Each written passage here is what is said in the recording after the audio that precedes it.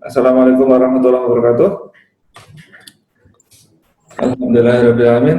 Warahmatullahi wabarakatuh. Segala puji bagi Allah yang telah mempertemukan kita kembali. Salat serta salam kita limpahkan pada Nabi Muhammad SAW yang kita harapkan syafaatnya di akhirat kelak. Jadi hari ini kita akan membahas tentang reksadana, dan reksadana ini jadi request banyak orang. Jadi terima kasih buat Eja yang sudah berkenan untuk meluangkan waktunya. Terus Eja ini Reza ya, ahli beliau Reza, tapi sudah punya pengalaman berbagai macam investasi mulai 2015 ya. Iya. 2015. Jadi insya Allah pengalamannya sudah cukup banyak. Jadi yang nanti teman-teman silahkan tanya-tanya kalau mungkin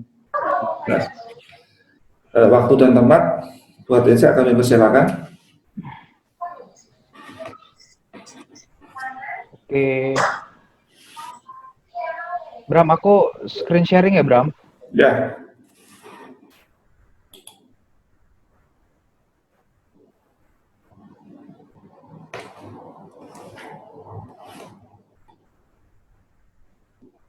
Disable nih, Bram. Udah bisa? Belum? Belum bisa. Oh, udah bisa.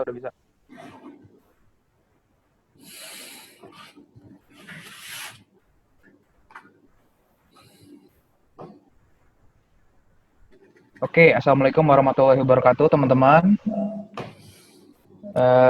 Senang sekali nih pagi-pagi bisa kumpul bersama. Terima kasih atas Bram atas kesempatannya buat saya biar ingin sharing ya. Pada dasarnya saya ingin sharing mengenai investasi di reksadana berdasarkan pengalaman pribadi ya. Mungkin teman-teman di sini juga sudah banyak yang mencoba berinvestasi di reksadana, mungkin sudah banyak yang tahu juga. Nanti kalau ada hal-hal yang mungkin kekurangan bagi saya mohon ditambahkan ya. Pada dasarnya saya hanya mencoba investasi di lebih awal, jadi mungkin saya akan coba sharingkan apa yang saya tahu ya. Oke, ini yang akan saya bahas. Jadi mulai dari pengalaman investasi, lalu kita mulai dengan tujuan akhir, lalu kenapa reksadana, jenis-jenis reksadana, lalu perbandingan marketplace yang ada. Jadi kalau misalnya teman-teman di sini belum ada akun reksadana, nanti mau buka akunnya di mana itu mungkin saya bisa kasih gambaran plus minusnya ya. Lalu ini nanti yang terpenting ya, bagian terpenting yaitu cara memilih reksadana yang baik. Lalu ada juga alokasi aset untuk investasi di reksadana, lalu kesimpulan. Oke, kita mulai aja teman-teman. Oke, pada dasarnya saya ingin sharing di sini pengalaman investasi saya, bukan untuk sesuatu yang disombongkan karena belum ada yang bisa disombongkan juga. Pada dasarnya ingin sharing karena sudah cukup lumayan lah ya, sekitar 4 tahun kalau dari dunia reksadana dan saham ya.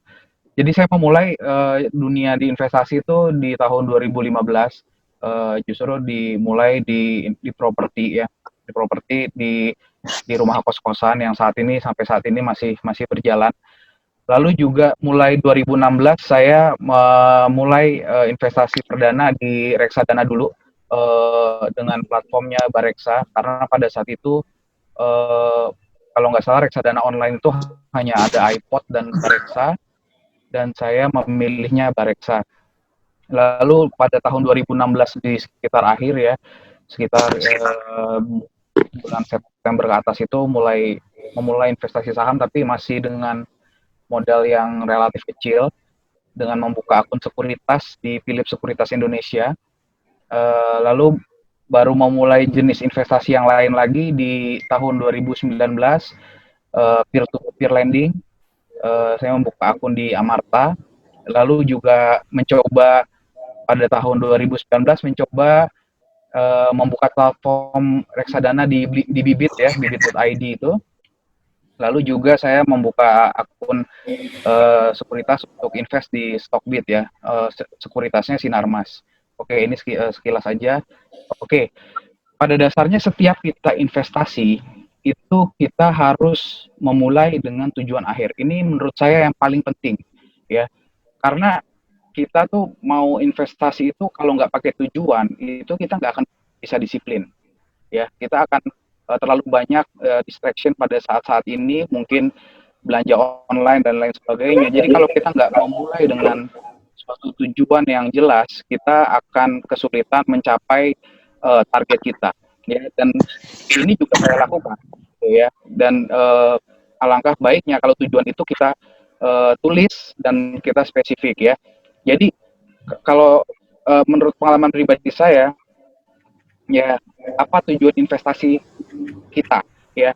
Kalau misalnya saya pribadi membagi tiga jangka waktu ya, jangka pendek, menengah dan panjang. Jangka pendek 1 sampai 2 tahun, jangka menengah 2 sampai 5 tahun, jangka panjang 5 tahun atau lebih, 10 tahun bahkan 20 tahun ya. Ini contohnya ini, jadi ini secara teoritis saja.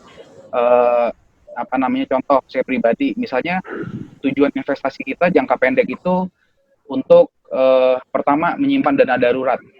Kemarin Anet sama Iqbal udah sangat baik menerangkan mengenai financial planning. Salah satu hal yang terpenting dalam perencanaan keuangan adalah dana darurat. Dan saya pribadi 100% menaruh dana darurat saya di tempat investasi di reksadana. Ya, jadi tidak sebagai uang yang di bank atau uang cash ya. Jadi semuanya di reksadana, dana darurat saya.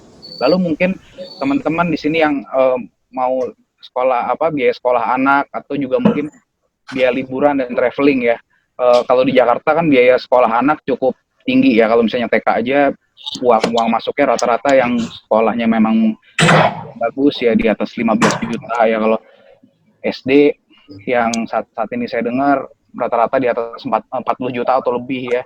Sehingga ini bisa menjadi tujuan jangka pendek kita untuk berinvestasi.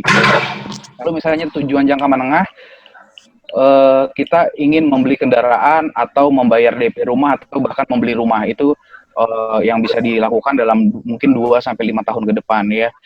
Tapi yang terpenting daripada investasi ini adalah menetapkan tujuan jangka panjang kita ya. Ini yang terpenting karena kita hidup insya Allah masih berumur panjang dan merencanakan sesuatu dari saat-saat sekarang ini di masa masih umur 30-an awal ini sangat-sangat penting. Ya, jadi pertama saya ingin mendapatkan sumber-sumber penghasilan baru. Jadi pada saat nantinya mungkin di 40 tahun ke atas itu kita ingin mendapat sumber penghasilan baru. Jadi teman-teman bukan berarti investasi itu kita akan menjadi full time investor, enggak juga. Jadi bagaimana kita bisa mengerjakan pekerjaan yang kita senengin, ya teman-teman bisa praktek, bisa berbisnis dan lain sebagainya, tapi apa yang teman-teman udah hasilkan itu dikembangbiakan lagi, diinvestasikan lagi sehingga hasilnya lebih optimal. Gitu. Jadi teman-teman tetap bisa menjalankan profesi dengan baik, dengan serius, dengan fokus, tapi hasilnya jauh lebih maksimal ya. Untuk pengembangan aset kekayaan ya. Lalu misalnya ada yang bercita-cita ingin pensiun dini ya, ini juga bisa didapatkan dari investasi sejak muda ya. Jadi untuk generate passive income ya. Misalkan ini cita-cita pribadi ya, misalnya di usia 40 tahun saya ingin memiliki dana kelolaan investasi 15 miliar. Jadi kalau misalnya dari 15 miliar ini kita hanya tarik sebesar 5% aja per tahun, itu kita bisa mendapatkan passive income sebesar 62 juta per bulan ya.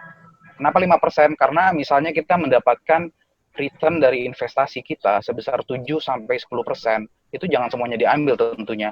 Karena sisa dari 5% itu tentunya akan digulungkan kembali sehingga bisa menciptakan gulungan investasi yang lebih besar lagi. Jadi ini teman-teman, ini yang menurut saya pondasi terpenting bagaimana teman-teman bisa menetapkan tujuan-tujuan investasi ini dan sebisa mungkin tertulis karena itu akan membuat teman-teman lebih disiplin. Oke, selanjutnya saya akan lebih spesifik ke reksadana itu sendiri ya. Jadi kalau mungkin ini sekilas saja, kalau teman-teman nggak ada yang belum ngerti reksadana itu suatu produk apa. Jadi intinya begini, ini ada nasabah, yaitu investor kita-kita ini yang membeli suatu produk ke agen. Nah, ini saya ambil dari situsnya Bank Mandiri, jadi ini logonya Bank Mandiri, tapi pada dasarnya ini bisa apa aja. Bisa Bareksa, bisa bibit, bisa bank, karena agen penjual reksadana itu macam-macam ya. Kalau nggak salah Tokopedia juga bisa ya, yang mana agen ini itu diawasi oleh OJK.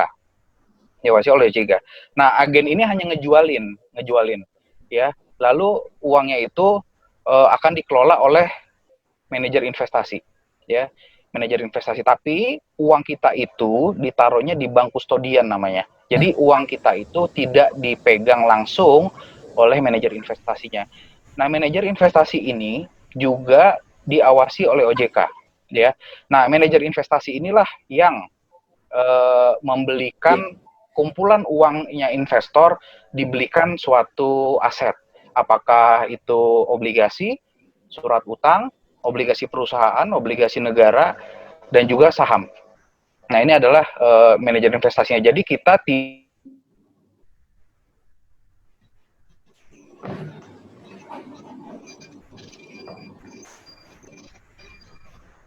Kenapa ya?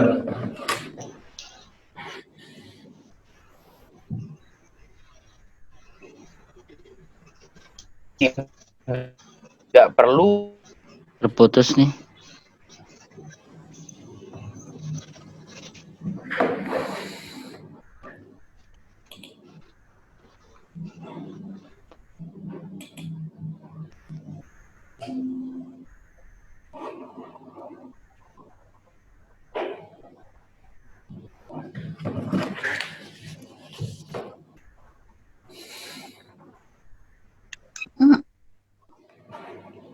Reza kenapa?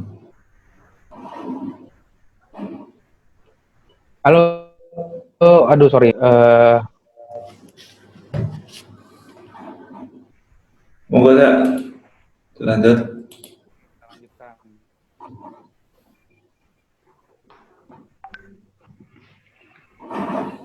Oke, jadi ini dikelola oleh manajer investasi. Mereka yang menginvestasikan, dan kita bisa memulai investasi dengan uang yang kecil, yaitu 100.000 aja udah bisa mulai. Dan juga enaknya investasi di reksadana ini liquid.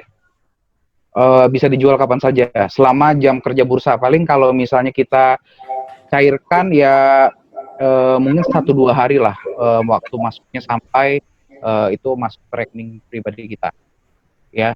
Itu keuntungannya. Lalu untuk kerugiannya sebenarnya nggak kerugian, ini resiko lah ya. Pertama, ada tentu sebagai manajer investasi mereka ada keuntungannya itu adalah mereka ada fee ya, untuk apa namanya, fee manajemen fee untuk setiap dana yang diinvestasikan. Tapi saya rasa ini nggak terlalu besar. Kalau di Indonesia rata-rata 1-2%. Lalu kita juga harus waspada pada manajer investasi yang tidak profesional atau kinerja portofolionya tidak baik ya. Karena sekarang ini dari awal tahun, mungkin kalau teman-teman yang mengikuti berita pasar modal akan tahu sekali bahwa banyak sekali investasi yang bahkan dikelola oleh manajer investasi resmi itu akhirnya gagal bayar dan cenderung nilai modalnya itu cenderung tergerus habis. Contoh kasus Jiwasraya, kasusnya yang paling besar mungkin yang itu Jiwasraya ya. Terus juga ada yang masalah Asabri ya, itu bahkan triliunan bisa hilang. Jadi kalau kita tidak hati-hati memilih manajer investasi, tidak hati-hati memilih produk instrumen investasi, ini juga berbahaya ya. Lalu sebaiknya sehebat apapun itu manajer investasi, kita tidak boleh langsung percaya 100% rekomendasi dari siapapun. Kita tetap harus cross check sendiri sih sebaiknya. Itu sih menurut saya seperti itu. Karena ya karena kita balik lagi tadi, kita ingin menginvestasikan untuk jangka panjang. Tentunya kalau misalnya teman-teman mau investasi untuk jangka panjang, itu saya rasa bukan uang-uang kecil yang nantinya akan diinvestasikan, bukan cuman mungkin 10 juta gitu ya. Kan kedepannya akan menggulung terus sehingga akan nilainya mungkin bisa ratusan juta, bahkan bisa miliaran yang nantinya diinvestasikan. Sehingga kita harus menjaga nilai modal kita agar tidak tergerus ya. Untuk itu kita sedikit banyak memang tetap harus belajar walaupun kita menitipkan uang ke manajer investasi ya. Oke, ini teoritis aja secara umum. Secara umum reksadana itu ada empat ya. Walaupun sekarang ini ada jenis-jenis yang lain, tapi ada reksadana pasar uang di mana si manajer investasi menginvestasikan uangnya itu pada pasar uang yang jatuh temponya kurang dari 1 tahun. Misalnya adalah deposito. Deposito itu kan biasanya jangka waktunya 3 bulan, 6 bulan, 12 bulan ya.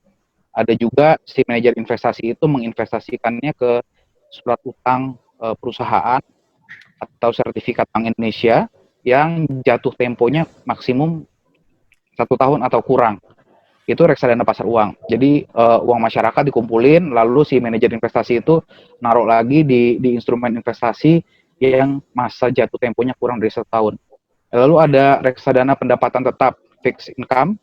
Ya, ini sebagian besar daripada asetnya itu akan diinvestasikan dalam bentuk obligasi. Apakah obligasi pemerintah atau obligasi atau surat utang perusahaan ya.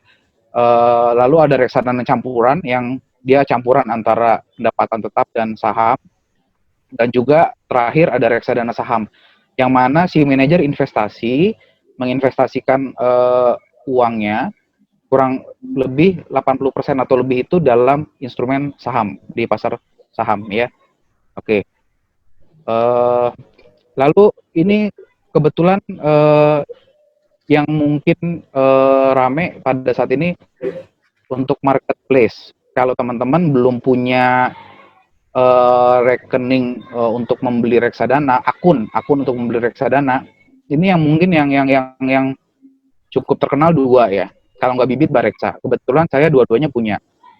Ya, saya hanya ingin memberikan gambaran atau testimoni secara jujur aja. Saya tidak ada endorsement dari Bibit atau Bareksa. Ya, jadi teman-teman kalau tahu nggak kira-kira reksadana apa yang mau dibeli? Kalau misalnya tahu, kalau saya lebih cenderung teman-teman pilih Bareksa karena produk reksadana yang ditawarkan lebih banyak. Kalau tidak salah saat ini yang dia jual 200 jenis reksadana. Karena memang mereka mulainya lebih awal. Kalau nggak salah dari tahun 2015 tuh udah ada kalau nggak salah.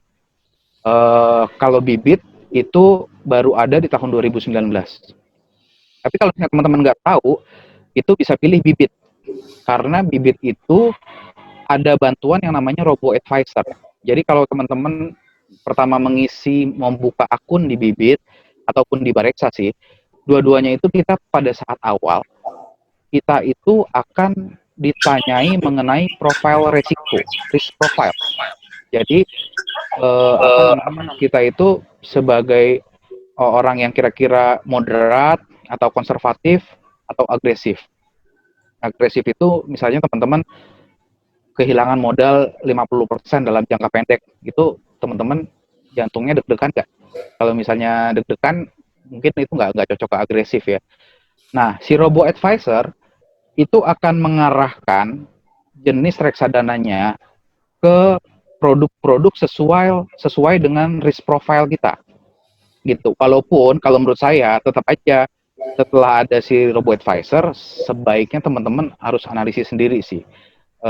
Karena bagaimanapun itu kan robot ya, tentu kita sebaiknya tetap harus analisis sendiri supaya kita yakin bahwa kita itu naruh uang itu di reksadana mana, manajer investasinya siapa. Nah itu yang menurut saya wajib sih tetap.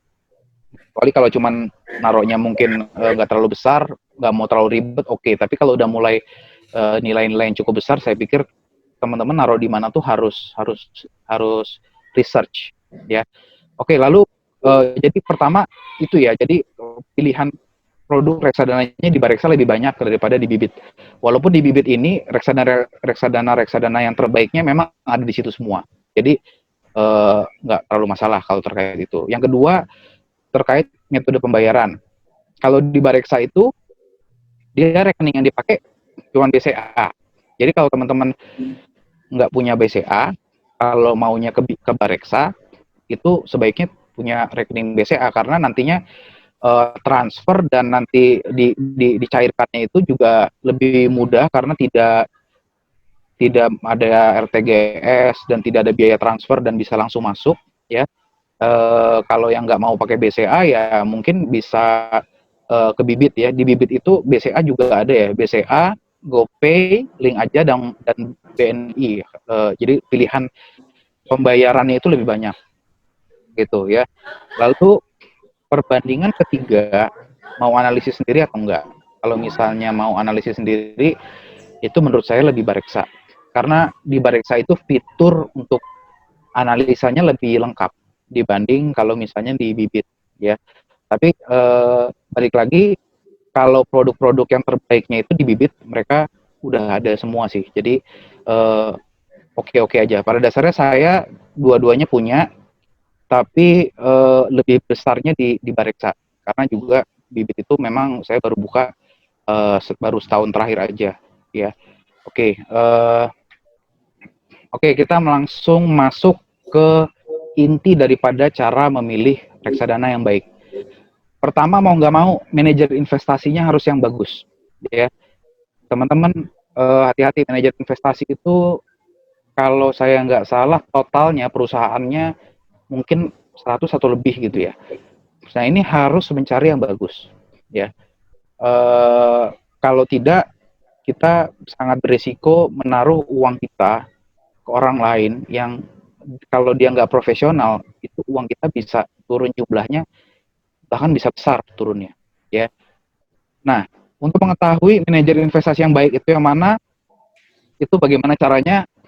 Salah satu indikator yang terpenting adalah AUM, Asset Under Management. Jadi dana kelolaan total si manajer investasi, ya. Kalau bisa pilihlah yang masuk dalam top 20 teratas manajer investasi dengan dana kelolaan reksadana terbesar. Karena dana kelolaan ini adalah salah satu indikator kepercayaan investor atau nasabah. Ya, jadi pastikan teman-teman kalau invest, manajer investasinya, ya, bukan produk reksadananya. Manajer investasinya itu masuk ke dalam top 20 dana kelolaan terbesar, ya. Lalu bisa juga setelah kita mengetahui, kita juga bisa masuk ke websitenya, kita lihat siapa personalnya manajer investasinya itu siapa. Itu bisa lihat di prospektus, bisa di googling juga. Jadi orang di balik perusahaan itu siapa, ya. Kita bisa googling untuk mengetahui reputasi manajemen, ya. Tapi pada dasarnya kalau yang di top 20 itu rata-rata sih itu sudah mencerminkan person daripada manajemen itu bagus, ya. Oke, itu yang pertama, manajer investasi yang baik, pastikan top 20 dana kelolaan terbesar. Yang kedua ada namanya rasio Sharpe ratio, ya. Sharpe ratio ini ditemukan oleh seseorang yang mendapat hadiah Nobel. Intinya adalah dia ada rumusnya tersendiri. Intinya adalah dia adalah perbandingan antara return yang diberikan dan risiko yang dimiliki oleh produk reksadana tersebut, ya.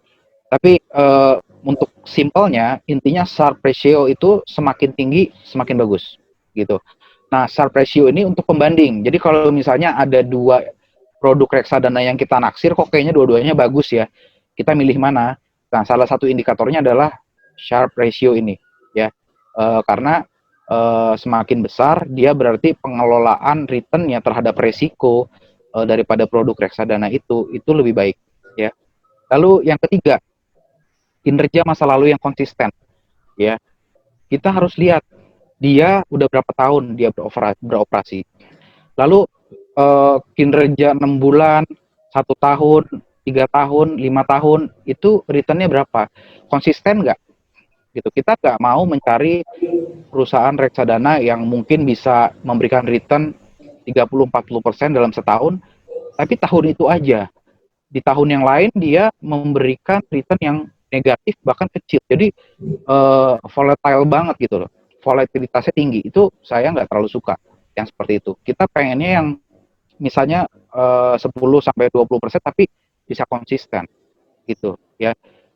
Ini perlu dilihat. Nanti semua cara memilih reksadana ini yang baik ini akan saya praktekkan. Jadi kita tidak hanya berteori tapi praktek.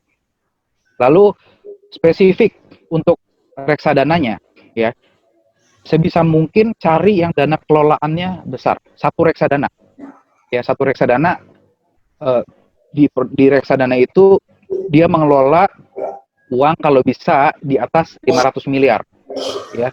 Jadi kalau jumlah dana kelolaan per satu reksadana itu kurang lebih dibagi kurang dari 500, kurang dari 100 sampai 500 miliar, lalu di atas 500 miliar. Nah, kalau bisa kita pilih yang di atas 500 miliar.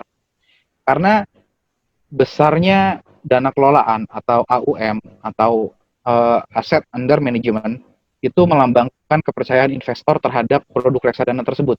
Kalau misalnya semakin besar, tentu berarti kepercayaan investor juga semakin tinggi.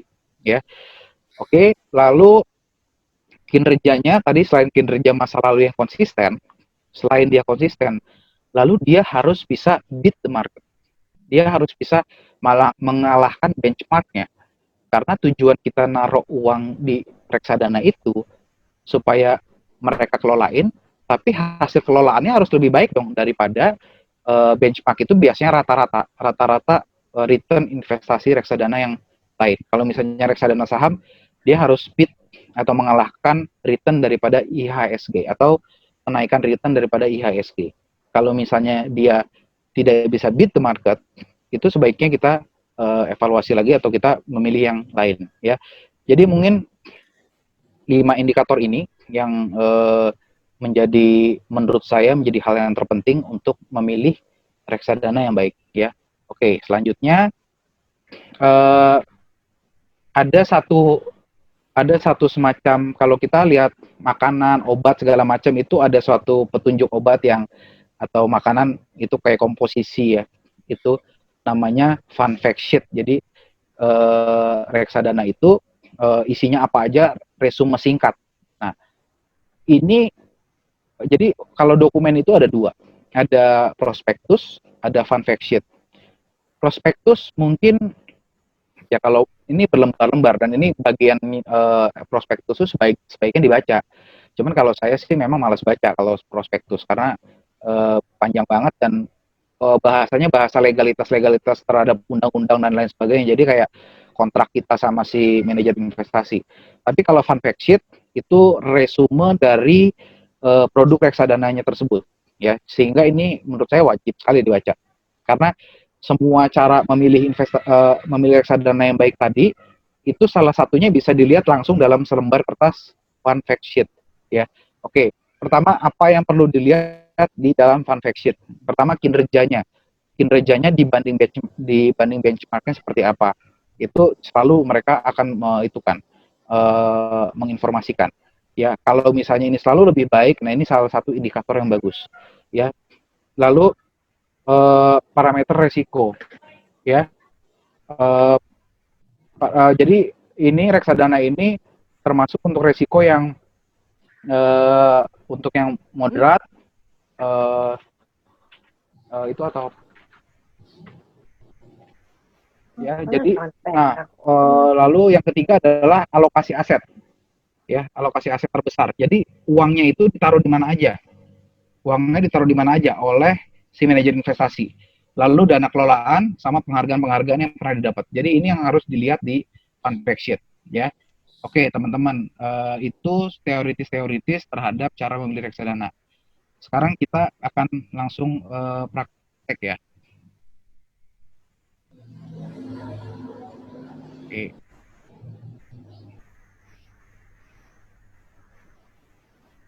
Oke, ini akun Bareksa saya. Kelihatan kan ya teman-teman ya?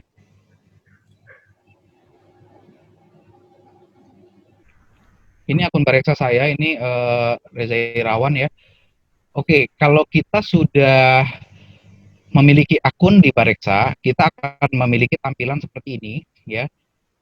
Jadi ini ada manajer investasinya, terus reksadana yang terdaftar, dia udah 7 tahun, berarti kurang lebih dari 2013 ya. Lalu dia sudah di lisensi oleh OJK ya. Lalu ini penghargaan-penghargaan yang dapat ya. Oke, kita bisa pilih ke menu reksadana ini ya. Kalau untuk mengetahui tadi manajer investasi yang top 20 ini kita bisa masuk ke dalam sini reksadana lalu manajer investasi ya. Nah, ini adalah manajer investasi dan dana kelolaannya. Ada dalam berbentuk rupiah dan juga dolar ya. Oke, ini kalau misalnya kita sort, kita urutkan dari yang tertinggi untuk rupiahnya, ini kita bisa lihat 20 yang terbesar dana kelolaannya ya. Ini 20 dana yang terbesar. Oke. Kalau bisa nanti manajer investasinya itu termasuk dalam 20 ini aja. Kalau di luar yang 20 ini ya menurut saya resikonya semakin besar ya. Karena semakin dia tinggi dana kelolaannya tentu semakin besar kepercayaan masyarakat terhadap manajer investasi ini. Ja, nggak kelihatan, Ja. Share screen-nya coba kamu ganti. Share screen-nya. Share screen-nya di switch, Ja. Switch screen. Oke.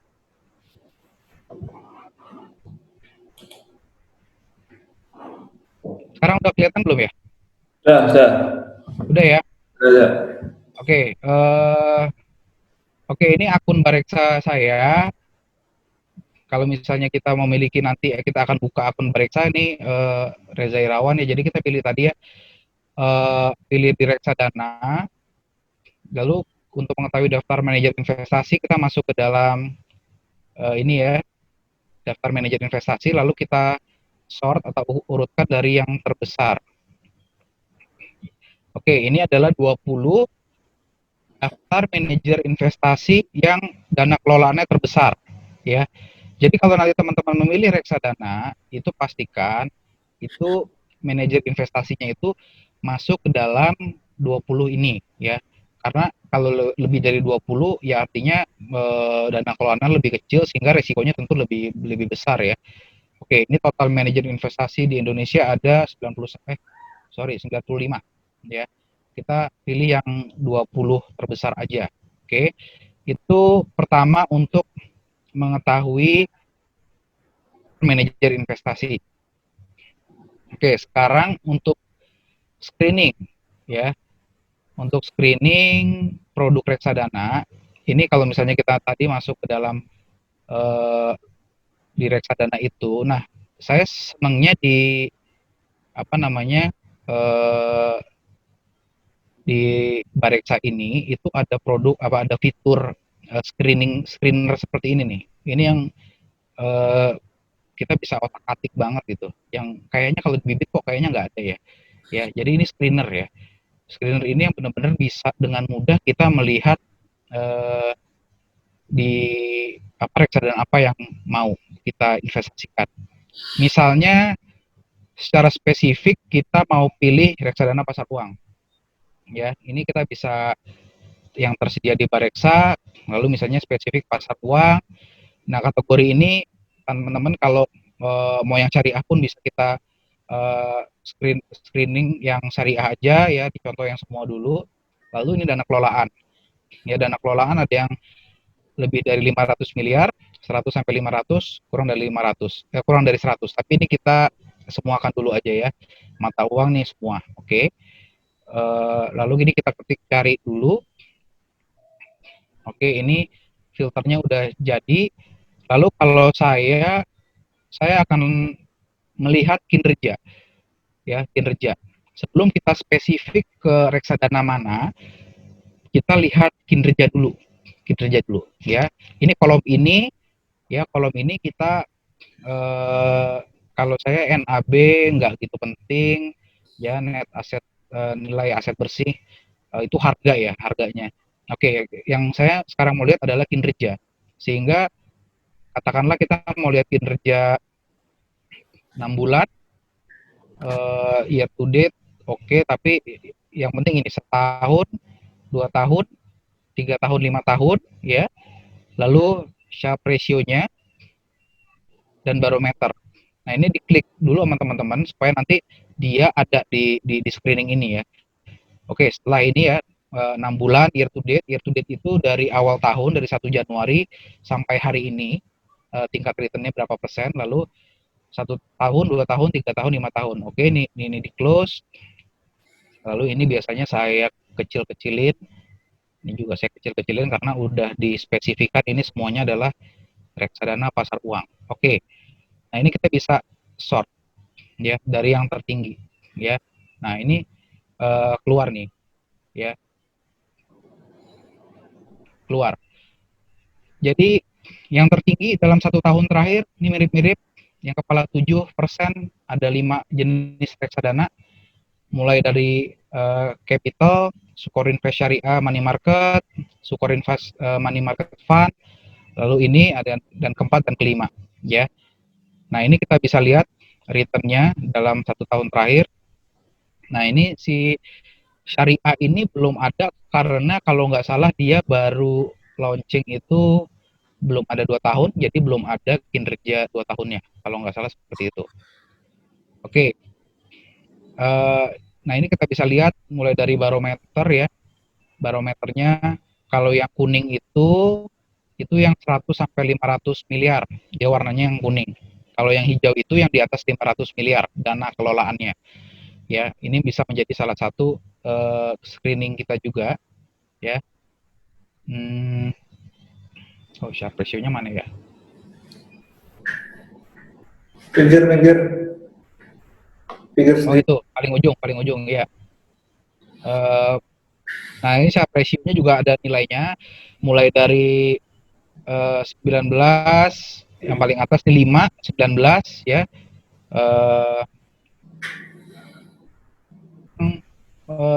Akhirnya kita menyimpulkan ya. Oke, kalau dari dari kinerja, intinya tiga tiga jenis ini atau 4 jenis ini itu mirip-mirip ya, mirip-mirip, sehingga ini bisa menjadi pintu masuk awal kita ya. Lalu kalau misalnya dari dana kelolaan, kita pilih tentu yang warna hijau ya. Kita tentu pilih yang warna hijau. Kalau saya pribadi itu kalau teman-teman mau yang lebih safe, pilih yang dana kelolaannya lebih besar. Karena yang warna hijau ini adalah ini di sini ada keterangannya ya. Ini yang warna hijau ini dana kelolaan lebih dari 500 miliar. Yang kuning ini 100 sampai 500. Kalau yang hitam kurang dari 100, ini otomatis saya nggak akan pernah mau invest di reksadana yang dana kelolaannya di bawah 100 miliar.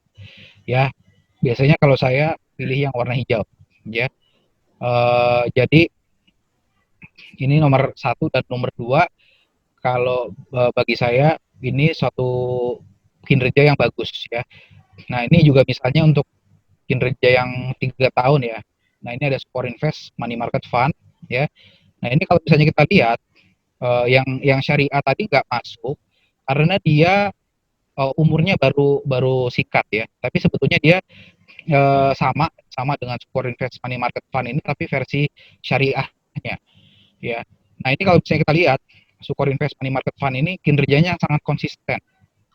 Jadi dia 1 tahun 7,1%, 2 tahun 14,40%, artinya 2 kali lipat ya.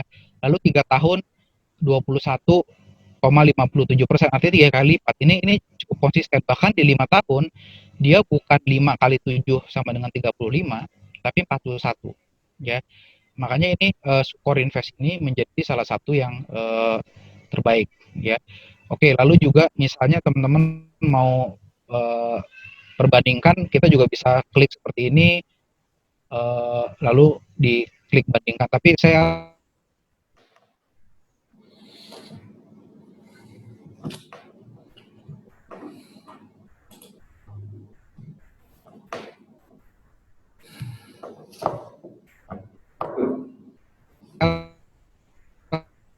akan coba masuk.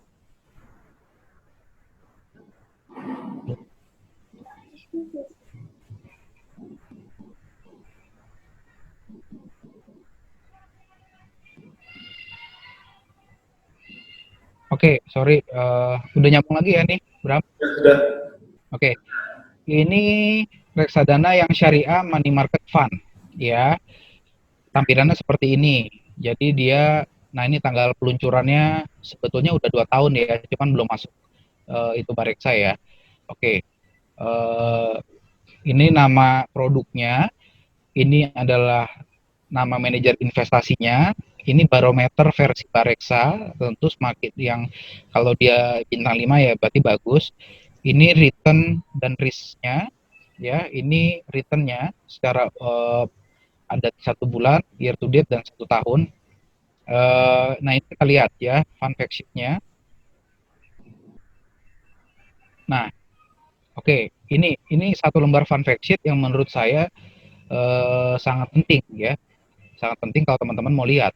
Nah, ini yang saya bilang, ini nomor 1 yang dilihat kinerja reksadananya dulu, ya. Kalau di bawahnya itu akan selalu dibandingkan dengan benchmarknya, jadi pembandingnya. Dalam hal ini adalah indeks syariah Infovest. Lebih tinggi daripada benchmarknya. 1 bulannya lebih tinggi, 3 bulannya lebih tinggi, 6 bulannya lebih tinggi, 1 tahun lebih tinggi ya sejak peluncuran. Jadi sejak 1 Oktober 2018 kalau disamaratakan dia lebih tinggi. Artinya manajer investasi ini dan produk reksadana ini bagus. Dia bisa mengalahkan rata-rata reksadana yang lain. Nah, ini salah satu indikator yang bagus ya. Oke. Lalu dia itu dikelola menurut prinsip syariah di pasar modal dengan pada efek syariah yang terdaftar pada efek syariah ya. Ini adalah kebijakan investasinya, jadi ditaruh di instrumen investasi yang kurang dari 1 tahun, alokasi aset terbesarnya. Jadi uang itu ditaruh di mana sih sama manajer investasi? Kalau dari OJK itu punya aturan minimum kalau aset 5 terbesar itu harus disampaikan dalam fund fact sheet. Ya, dia invest di sukuk Indosat. Sukuk itu semacam obligasi tapi yang syariah. Jadi surat utang juga di perusahaan Indosat dan di SMI, Sarana Multi Infrastruktur, ya di 2 ini. Lalu dia juga menginvestasikan uangnya di deposito di Bank BJB Syariah, Bank DKI Syariah, dan Bank Jambi Syariah. Ya, jadi dia menaruh uangnya sebagian besar di sini ya. Ini juga sukuknya itu sebesar 42,3%, depositonya 57,7%. Ya, ini perbandingan reksadana dengan si indeks tadi. Jadi yang ininya itu dalam bentuk grafik seperti ini. Jadi si Sukor Invest Syariah Money Market Fund itu yang biru tua ini dia kinerjanya jauh lebih baik ya dibanding kalau benchmarknya ya. Ini kita perlu lihat. Kalau kinerja reksadananya aja udah di bawah ini, mendingan nggak usah ya. Ada nggak? Banyak. Kalau teman-teman tahu, mungkin 80% kinerja reksadana itu bisa di bawah benchmarknya ya. Jadi banyak sekali yang kinerja reksadana yang di bawah benchmarknya ya. Ini contoh yang bagusnya ya. Oke, ini adalah parameter resiko ya. Parameter resikonya dia termasuk yang rendah. Jadi teman-teman yang konservatif, yang mau main aman, nah ini di sini. Kalau kita lihat dia bahkan tidak ada fase drawdown-nya. Jadi dia nggak ada fase nilai modal kita tuh turun gitu loh. Dia nambah terus setiap hari. Nah, saya pribadi juga invest di reksadana pasar uang ini, salah satunya di dana darurat saya segala macam nih, saya taruh di sini. Ini juga untuk dana kelolaan. Nah, ini minimum investasi awal cuma 100.000 ya. Nah, ini nilai aktiva bersih totalnya dia mengelola saat ini sebanyak 635 miliar ya. Jadi sudah di atas 500 miliar, sudah masuk ke dalam kriteria reksadana yang baik ya, nilainya besar. Ini biaya manajemen fee ya. Oke, jadi itu ya. Nomor 1 yang dilihat kinerja harus di atas indeks. Yang kedua ini secara grafik lalu alokasi aset terbesarnya dia naruhnya di mana aja, parameter risiko cocok nggak sama kita. Kalau misalnya yang tinggi ini biasanya di saham ya. Lalu dana kelolaan. Dana kelolaan ini berapa? Ya ini juga kapan dia diluncurkan. Ya, ini juga cukup penting. Oke, lalu ini untuk contoh yang money market. Lalu yang kedua selain fund fact sheet, ini yang tadi yang saya sampaikan, ada prospektus. Prospektus ini kalau teman-teman mau melihat ini intinya sih ya kayak ininya lah ya, panjang banget nih, berapa 51 halaman dengan bahasa-bahasa yang bahasa hukum ya. Kalau di sini mungkin yang terpenting adalah pengelola investasinya, pengelola reksadana. Nah, pengelola reksadana ini yang cukup penting kita lihat, apakah ada nama-nama yang mungkin kita bisa googling nama-nama ini ya. Ini tip pengelola investasinya ini yang terpenting ya. Jadi uang kita itu di reksadana itu dikelola sama siapa? Nah, inilah tip pengelola investasinya ya. Kalau misalnya teman-teman ada waktu, ini bisa diteliti lebih dalam orang-orang ini siapa aja ya. Tapi kalau saya ini pekerjaan yang kalau misalnya mau dilakukan tentu lebih baik, tapi sebetulnya ini semua harusnya sudah tergambarkan dari fund fact sheet ya. Jadi dari kinerja ya. Oke, ini untuk yang core invest yang money market fund, yang syariah ini yang money market ya, yang konvensionalnya, yang non syariahnya. Nah, ini adalah fund fact sheet-nya ya. Dia sudah sejak 20 Oktober 2014 ya. Dana yang dikelolanya sebanyak 5,2 triliun ya. Jadi uang masyarakat yang dikelola oleh reksadana ini sebanyak 5 triliun lebih ya. 5 alokasi aset terbesarnya ada di obligasi di Indonesia Exim Bank, Indosat, dan ada di obligasi pemerintah ya. Lalu ada depositonya di Bank BRI Agro dan Bank DKI. Ya, ini adalah tolak ukurnya perbandingan kinerja si reksadana tersebut dengan benchmarknya. Dia juga selalu lebih tinggi dibanding benchmarknya ya. Jadi ini salah satu reksadana konvensional yang menurut saya untuk yang reksadana pasar uang ya, ini salah satu yang terbaik. Salah satu yang terbaik ini kalau kita lihat di grafiknya selalu di atas si benchmarknya ya. Oh ya, satu poin lagi tadi penghargaan ya.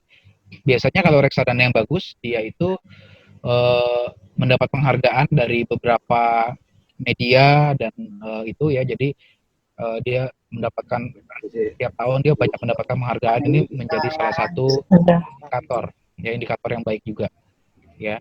Oke, ini dari fund fact sheet ya. Jadi ini kembali ke sini, misalnya kita sekarang spesifik ke saham ya. Jadi tersedia di Bareksa, investasinya di reksadana saham. Kita mau lihat untuk screeningnya ya. Nanti teman-teman kalau udah punya akun, saya nggak tahu ya, kalau misalnya belum punya bisa apa enggak. Tapi kalau nggak salah sih fitur ini untuk yang punya akun ya. Jadi kalau misalnya teman-teman di Bareksa, teman-teman bisa otak-atik sendiri nih. Bisa membayangkan sendiri ya. Nah, ini biasanya saya ambil yang 6 bulan, 1 tahun, 2 tahun, 3 tahun. Dan barometer dan Sharpe ratio. Oke. Nah, ini kalau di pasar saham ya, kalau teman-teman lihat ya, dia kan menaruh alokasi asetnya itu kan ya lebih dari 80% di saham. Tentu saham saat ini kan lagi minus ya. IHSG lagi turun cukup dalam, sehingga rata-rata kalau misalnya kita lihat kinerjanya dalam 1 tahun terakhir ini minus semua. Nah, ini kalau misalnya ini profil resiko ya. Nah, jadi kalau teman-teman itu misalnya naro 100 juta tepat 1 tahun yang lalu, kalau misalnya saat ini kurang lebih minusnya 20%, yaitu floating loss-nya itu 20 juta ya, kurang lebih gitu. Tapi kalau nggak dijual kan nggak loss ya. Nah, ini contoh kita lihat yang kita tarik lebih jangka panjang ya, mungkin 5 tahun minimal ya. Nah, ini 5 tahun juga keluar Sukor Invest. Jadi memang ini kalau kita lihat Sukor Invest Equity Fund, jadi manajer investasi Sukor Invest Asset Management ini salah satu yang sedang menanjak ya kalau menurut saya, karena produk-produknya cukup banyak yang memberikan return yang bagus ya. Nah, ini barometernya juga cukup tinggi. Nah, kalau secara 5 tahunan ini dia eh, naik ya, naik. Nah, ini kita contoh. Nah, ini kalau misalnya kita lihat kinerjanya dari 2013, dari 2012 tadi dia itu ya, sampai dengan akhir dia naik turun. Tidak seperti reksadana pasar uang ya, kalau misalnya ini kita tarik all, nah dia stabil akan naik. Jadi kalau teman-teman mau sesuatu yang pasti ya, atau untuk dana darurat, ini lebih safe ya, karena dia tidak ada volatilitas. Walaupun kalau bicara resikonya ada nggak? Tidak ada investasi yang tidak ada resikonya, semua ada resiko ya. Resikonya misalnya untuk reksadana ini apa ya, misalnya dia naruh investasi di bank tadi, lalu banknya kolaps ya, itu bisa aja, tapi kecil kemungkinannya. Atau dia tadi membeli surat utang perusahaan, kalau perusahaannya bangkrut, yaitu uang si investor juga hilang ya. Nah, itu resiko, tapi kecil kemungkinannya ya. Ini kalau misalnya grafik dari, kalau si tadi ini dari 2014 ya. Dari 2014 kalau Sukor Invest Money Market Fund dia selalu stabil, tapi kalau yang dia naruhnya di equity, nah ini dia naik turun ya. Nah, ini kalau dia mengikuti pasar saham ya, pasar saham. Nah, ini kalau saya teman-teman lihat, kesempatan itu selalu datang kalau teman-teman mau invest jangka panjang di reksadana saham ya. Kesempatan itu selalu datang ketika market itu sedang turun, bukan lagi naik ya. Jadi misalnya pada tahun di 2013 pertengahan atau menjelang akhir dia turun. Nah, itu 2015 akhir ya, dia sempat market agak crash ya, belum sampai crash ya. Tapi setelah itu naik ya, lalu dia turun lagi kan pada saat ini. Jadi di 2020 ini, terutama di bulan Maret kemarin, itu turun cukup dalam, dan ini sebetulnya kesempatan bagi teman-teman untuk yang mau masuk ke reksadana saham ya, atau ke saham itu sendiri ya, karena ketika market itu sedang bearish atau sedang turun, tentu ini adalah kesempatan saat beli, karena setelah itu dia insya Allah akan naik lagi ya. Oke, itu contoh. Nah, terus teman-teman juga bisa klik simulasi ya. Misalnya kalau saya ini aja deh, sorry, di di pasar uang aja deh, di pasar uang. Kalau misalnya untuk di Bareksa ini kita bisa banyak banyak hal yang bisa kita dapatkan untuk fitur-fiturnya. Nah, ini misalnya di money market, di syariah deh, di syariah kita simulasikan kalau misalnya kita investasi, dia misalnya kita investasi sejak tahun 2 tahun deh ya, 2 tahun kita misalnya taruh uang 100 juta di awal, lalu ini nanti dihitung. Nah, ini bisa kelihatan hitung-hitungannya. Sorry, ini nggak sampai, oh dia nggak bisa karena dia ini ya, kita yang konvensional dulu aja. Soalnya dia umurnya masih pendek. Skor invest, pasar uang.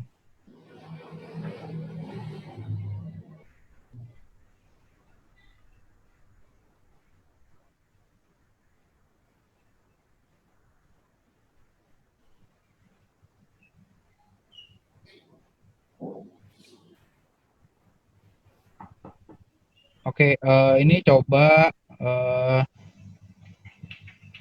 Nah, ini kalau misalnya kita naruh di Skor Invest Money Market Fund ya, selama katakanlah 2 tahun ya, dari 1 Juli deh, lalu dihitung ulang ya. Kita misalnya naruh 100 juta.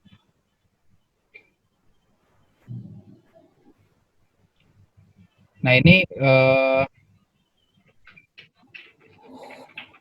100 miliar ya, itu 100 juta. Yes, Pak. Oh sorry, salah ketik. Oh, Ini 0. Kita cuman sekali aja, cuman sekali naruh ya. Nah ini teman-teman juga, jadi teman-teman bisa simulasikan ini semua ya. Nah jadi kalau misalnya kita naruh pada saat 1 Juli 2018, kita misalnya taruh langsung 100 juta, lalu per sekarang itu kurang lebih udah nambah sekitar 14,65% ya. Untuk return investasinya 14,6 juta, dia total investasi plus returnnya itu adalah 114 juta. Nah, itu kurang lebih eh, apa namanya fitur simulasi ini bisa ngitung semua, teman-teman mau otak-atik ini semua ini bisa ya. Oke, nah ini contoh ya. Oke, sekarang mungkin saya kembali lagi ke PowerPoint.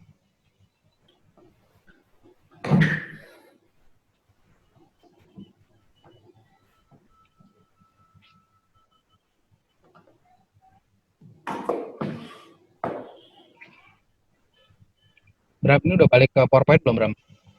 kenapa? Udah balik ke PowerPoint-nya belum nih? Belum ya? Belum. Oke, balik ke sini. Oke, ini saya coba contohkan langsung simulasi ya. Untuk di apa namanya? Ini udah PowerPoint lagi, Bram ya? Ya. Oke, ini saya coba tampilkan simulasi ya, ketika apa namanya? Saya sempat masuk di 2016 dan apa namanya? Masuk ke produk ini. Jadi ini contoh ya, simulasi investasi ya. Jadi ini reksadana saham yang foreign invest equity fund ya. Jadi kalau kita lihat apa namanya, dari 2015 sampai 2017 saja, itu ketika market lagi bener-bener bullish, itu dia bisa menghasilkan return investasi sebesar 91%. Ya, jadi kalau kita naruh uang 100 juta, uangnya jadi 191 juta dalam waktu 2 tahun aja. Ya, jadi IHSG yang sedang turun itu selalu menciptakan peluang investasi yang baru. Tapi kalau yang mau di saham, ya, jadi bisa di saham, bisa di reksadana saham, tapi pastikan screeningnya yang baik, ya. Lalu ini contoh kalau misalnya ditarik dengan lebih dalam, nah kalau lebih dalam dia sama-sama 91%. Karena kan pada saat ini kan lagi turun. Jadi dari sini, hitungnya dari sini itu ke sini. Itu cuma ke sini. Jadi 91% juga. Nah, ini kalau dari 2012 ke Juni 2020 ya. Ini 91% juga. Jadi poinnya adalah setiap penurunan pasar atau seperti ini selalu menciptakan entry point yang baik buat kita.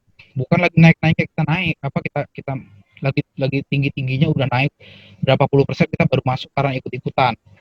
Ya, ada orang yang cerita, "Oh, kemarin saya investasi reksadana saham gain 30%, 40%." Kalau terus baru kita masuk, yaitu takutnya telat sehingga nanti nilainya bisa turun. Ya. Jadi ini apa namanya, setiap penurunan daripada NAB itu selalu menjadi kesempatan masuk untuk kita, ya. Oke, ini contoh kalau yang tadi ya, kalau di pasar uang dia jauh lebih stabil.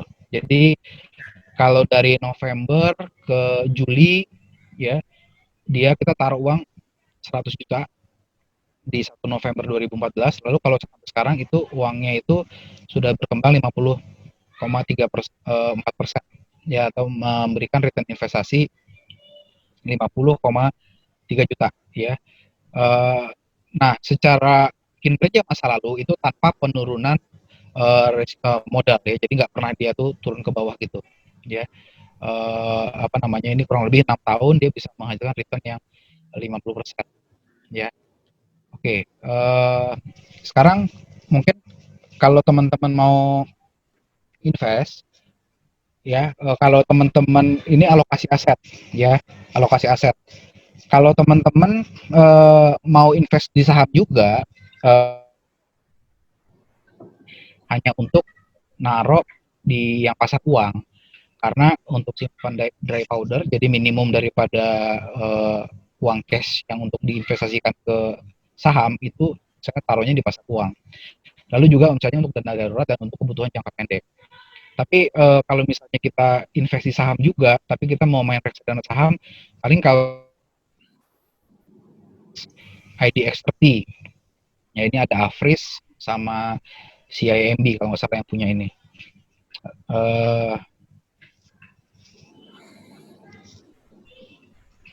Jadi kalau reksadana yang berbasis IDX30, dia itu si manajer investasi itu menginvestasikan sahamnya itu ke 30 perusahaan yang terbaik yang masuk dalam indeks IDX30. Jadi kita nggak usah pusing-pusing lagi memilih saham-saham yang tempat diinvestasikannya. Nah, tapi kalau misalnya teman-teman tidak invest di reksadana saham, ya itu kalau saya sarankan reksadana pasar uang sih menurut saya cukup wajib ya untuk simpan dana darurat kebutuhan jangka pendek ya. Nah, saya pribadi yang saya pilih yang tadi ya core invest yang syariah money market fund, apa namanya ini apa namanya ya untuk yang reksadana pasar uangnya. Lalu yang sahamnya itu yang berbasis IDX30 bisa juga. Jadi teman-teman tidak terlalu pusing pemilihan saham. Lalu reksadana yang sesuai risk profile. Jadi kalau misalnya teman-teman tipe yang konservatif, saya rasa yang ditaruh di reksadana saham itu yang hanya 30% aja, sisanya ke reksadana pasar uang atau yang pendapatan tetap. Kalau yang lebih agresif, mungkin maksimum 70% itu masuknya ke yang reksadana saham atau campuran, sisanya yang lebih konservatif yaitu yang pendapatan tetap dan reksadana pasar uang. Ya, jadi ini teman-teman perlu tahu dulu risk profile teman-teman itu seperti apa, ya. Oke, nah ini jadi kenapa kalau saya ya kenapa kita menaruh dana jangka pendek kita itu sebaiknya di reksadana pasar uang karena reksadana pasar uang bisa memberikan return yang lebih besar dibanding kalau kita taruh di bank dan di deposito, dan dia juga ada produk yang syariah juga. Lalu uniknya di reksadana ini teman-teman kan kita kan membeli reksadana terus kita mendapat unit penyertaan ya, unit penyertaan. Nah, unit penyertaan itu kan kayak mirip-mirip lah kalau kita beli emas. Jadi kalau misalnya kita beli 1 juta, kita dapat berapa gram ya, gitu. Nah, di reksadana juga seperti itu. Nah, kenaikan daripada net asset value itu, jadi harga per unitnya itu bukan objek pajak. Jadi kenaikan daripada investasi kita di reksadana itu tidak kena pajak. Sementara misalnya teman-teman itu nabung di bank dan deposito, bunga di bank atau di deposito itu misalnya teman-teman invest 10 juta lalu dapat bunga 5% kalau deposito. Nah, 5% itu kan katakanlah 500.000 per tahun ya. Nah, 500.000 itu dipotong dulu 20%, baru jadi dipotong 100.000 ya. Nah, jadi bersihnya teman-teman itu cuma dapat 400.000. Jadi kalau misalnya bunga bank atau bunga deposito itu kena potongan pajak 20%. Kalau teman-teman taruh di reksadana pasar uang itu tidak kena pajak karena kenaikan daripada nilai unit reksadana itu bukan objek pajak. Ya, jadi returnnya itu lebih tinggi ya. Deposito itu bisa memberikan sekian-sekian tapi potong pajaknya 20%, makanya akan lebih turun dia. Lalu minimum pembeliannya juga lebih kecil, 100.000 ya. Kalau deposito cenderung lebih besar ya. Dan yang paling penting kenapa reksadana pasar uang itu bisa diperjualbelikan kapan saja ya. Kalau saya pribadi mungkin uang saya di bank itu cuman uang kebutuhan 1-2 bulan aja yang benar-benar dia mengendap di bank.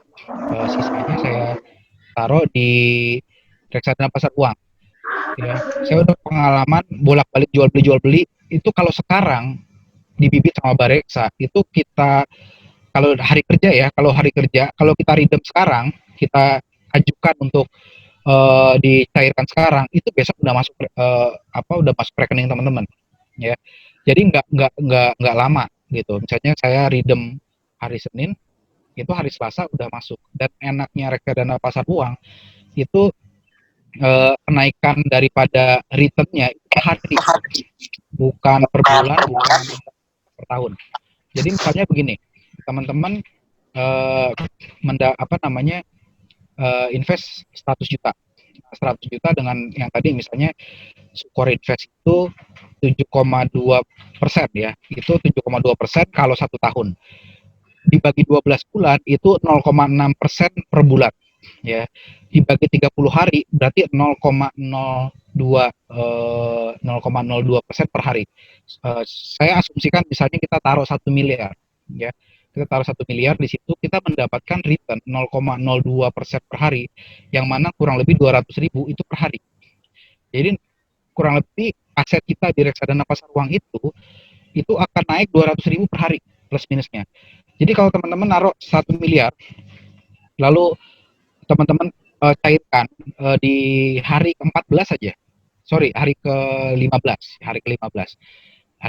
Jadi teman-teman cuma naruh 15 hari. Itu teman-teman udah mendapatkan nilai return investasi sebesar 15 hari kali 200.000. Berapa ya? 3 juta ya. 3 juta. Jadi dari uang 1 miliar itu udah nambah 3 juta. Nah, itu enaknya di reksadana pasar uang. Makanya saya nggak pernah nyimpen banyak-banyak uang di bank, selalu saya taruhnya di reksadana pasar uang, karena juga udah lama, keluar masuknya gampang, nggak ribet gitu, ya. Mungkin itu yang bisa saya sharingkan. Ya, oke. Sekarang kesimpulan akhir ya. Jadi saat ini banyak sekali instrumen investasi yang menawarkan return yang baik, tapi teman-teman harus hati-hati ya, dan harus pelajari. Tapi saya pribadi, semakin saya belajar mengenai dunia investasi, saya pribadi lebih memilih investasi yang liquid. Saya nggak akan membeli emas, dan saya juga nggak akan membeli saat ini ya. Untuk saat ini saya nggak akan membeli properti lagi untuk investasi, ya, karena investasi di dalam instrumen keuangan atau yang di dunia keuangan tuh lebih liquid. Jadi anytime kita butuh dan dicairkan. Dan kalau teman-teman mau invest waktu lebih banyak untuk belajar, teman-teman bisa meminimalisir resiko. Ya, jadi resiko itu ada karena kita tidak mempelajari. Tapi kalau kita belajar, kita tahu, itu bisa meminimalisir resiko. Ya. Lalu ketika kita mau investasi, menurut saya investasi mindset yang harus kita memiliki itu cari yang resikonya minimal dulu. Jangan yang dilihat pertama adalah returnnya, karena keuntungan itu akan otomatis mengikuti kalau resikonya itu minimal. Jadi banyak banget investasi bodong atau reksadana yang menawarkan fixed return, itu nggak boleh. Kalau ada teman-teman yang, oh ini investasi reksadana fix returnnya akan 7% dikunci gitu, itu nggak boleh, dan itu melanggar aturan dari OJK. Itulah yang kemarin banyak kena si Jiwasraya dan lain-lain itu, karena dia menjanjikan fixed return, dan banyak orang yang menginvestasikan di situ. Bahkan orang-orang Korea yang kalau teman-teman tahu, kalau nggak salah presiden direkturnya Samsung Indonesia pun invest di Jiwasraya ya. Bahkan orang yang menurut saya ya, seorang presiden direktur Samsung ya pasti hebat ya, kok bisa terjebak ya, itu saya nggak tahu juga, karena dia membelinya juga lewat bank Korea ya. Jadi harus